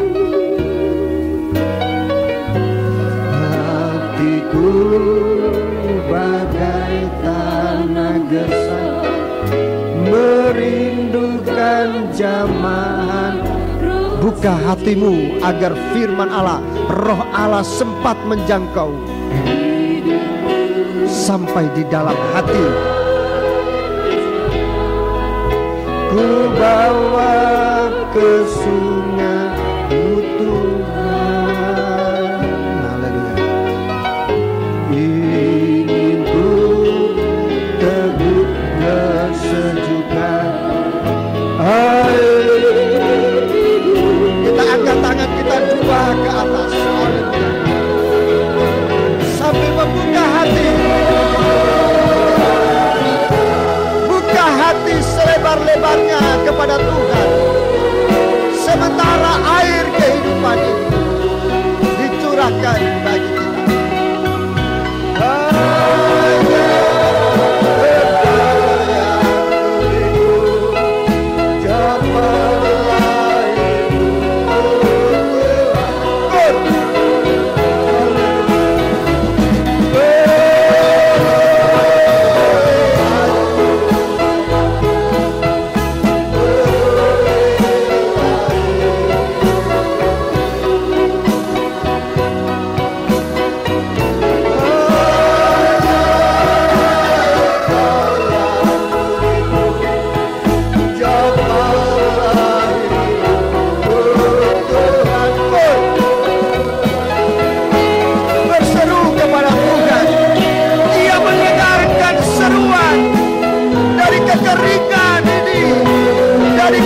pasangan hati manusia. Haleluya.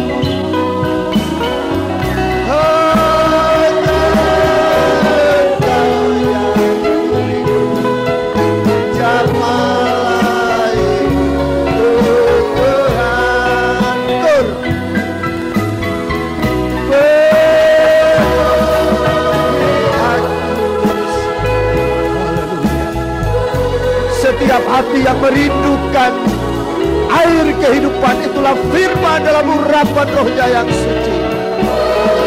Memiliki kasih Allah, berseru dan menyembah Dia. Haleluya.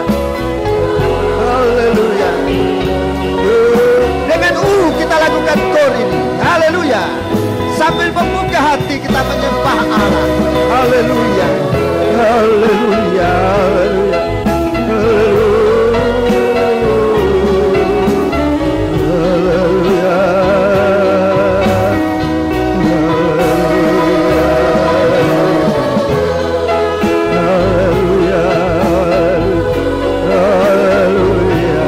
Kesempatan menyembah Dia sementara masih ada waktu, sementara Tuhan berikan kita kesempatan kembali berseru, kembali kepada Dia, bertobatlah sungguh-sungguh. Haleluya, haleluya, haleluya, haleluya, haleluya,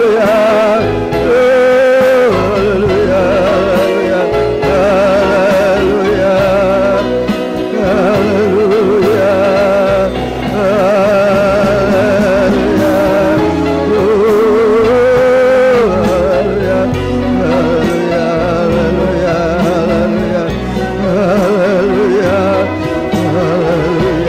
Terima kasih Tuhan, terima kasih Tuhan, terima kasih Tuhan, terima kasih Tuhan.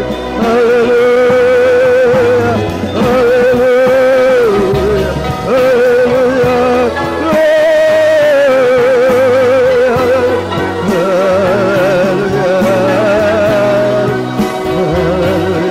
terima kasih Tuhan, terima kasih. Terima kasih Tuhan. Tunggu firman-Mu dalam hati kami, dalam lidah kami Tuhan. Haleluya. Agar kami mengagungkan Engkau dalam kehidupan kami. Haleluya. Agar dari kami dapat menjadi berkat bagi sesama umat-Mu Tuhan. Haleluya. Haleluya. Haleluya. Isi hati kami dengan firman-Mu dalam urapan Roh-Mu yang suci, menguasai hati kami, menguasai pikiran kami, cara kami berpikir, menguasai perasaan kami, cara kami berperasaan, supaya seperti Engkau berpikir, seperti Engkau berperasaan, demikian pula kami untuk bisa taat dan dengar-dengaran bersama Dikau dalam pengalaman kematian. Haleluya. Bahkan sampai pada salib-Mu Tuhan. Terima kasih Bapa. Terima kasih. Terima kasih. Hidupkan sidang jemaat ini. Hidupkan kami para hamba-hamba-Mu, para tua-tua, para pengerja-pengerja, para imam-imam, supaya pelayanan kami kepadamu bukan pelayanan yang mati, oh Tuhan, tapi pelayanan yang memuliakan Engkau, lidah yang mengagungkan, memuliakan nama-Mu Tuhan. Terima kasih. Jangan seteru menguasai kami sampai pada lidah kami, sehingga kami tidak mengagungkan, memuliakan Engkau, mengaku Engkau Tuhan dalam kemuliaan Allah. Terima kasih Bapa. Terima kasih. Sekarang Tuhan, ampuni segala dosa kami. Kami akan menerima tubuh dan darah-Mu. Layakan kami menerima berkat dari perjamuan suci ini. Nanti akan dibagikan bagi kami masing-masing. Biar kami terima dan kami akan makan nanti bersama-sama di dalam nama Tuhan Yesus Kristus. Bapa, berkatilah perhimpunan kami di dalam nama Yesus. Haleluya. Amin. Sementara kita mengumandangkan lagu ini kembali, perjamuan suci akan dibagikan bagi kita sekalian.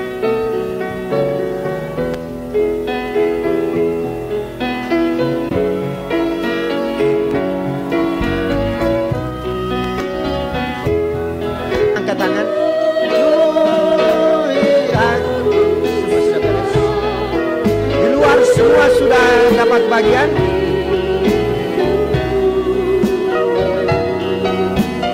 Mari kita bangkit berdiri. Saudara-saudara yang ada di luar, silakan masuk langsung ke dalam ruangan. Tuhan kur penuhi aku sekarang, penuhilah hidupku. Hanya Engkau yang kurindu, jamahlah hidupku Tuhan. Kita angkat tubuhnya Kristus dengan tangan kanan. Haleluya. Kita sudah berdoa, kita sudah mendengar firman Allah, kita sudah memuji Dia. Saatnya kita bersekutu dengan Tuhan. Kita akan menggunakan tubuh dan darah Kristus bersekutu dengan Dia. Pelihara persekutuan di dalam nikah, di dalam pelayanan, dalam ibadah, dalam hidup bersama. Saling menghargai satu dengan yang lain. Jadilah manusia baru. Tuhan akan memulaikan pekerjaan dari isi hati kita yang nyata dalam ucapan dan perkataan kita.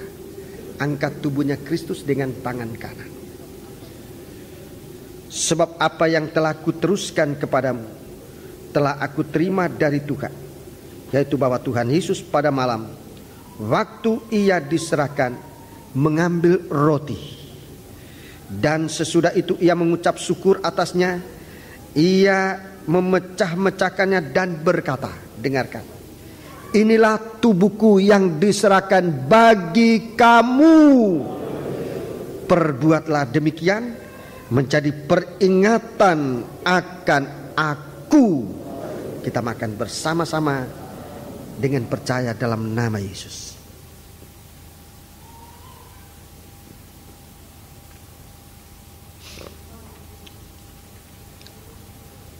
Angkatlah cawan. Ini adalah darah Yesus. Angkatlah cawan.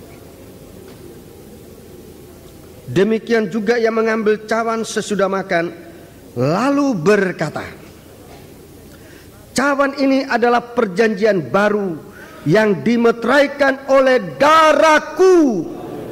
Perbuatlah ini setiap kali kamu meminumnya menjadi peringatan akan aku. Haleluya. Kita minum bersama-sama dengan percaya dalam nama Yesus.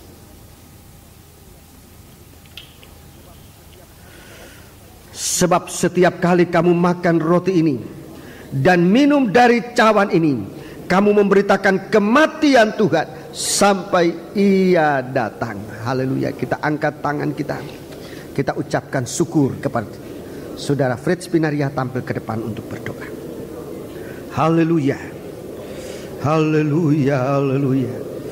Haleluya, haleluya, haleluya. Haleluya, haleluya, haleluya. Haleluya.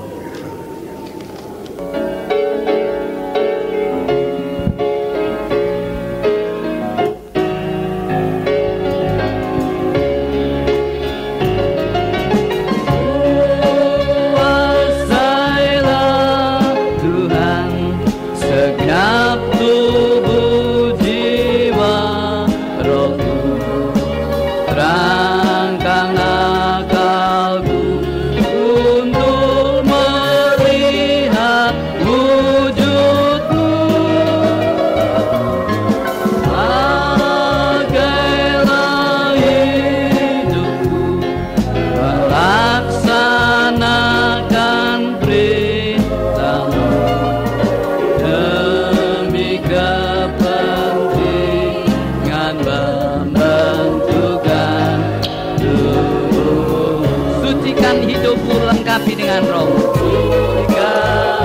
sucikan hidupku, lengkapi dengan roh-Mu, penuhkan hamba dengan limpahan firman-Mu, agar tiap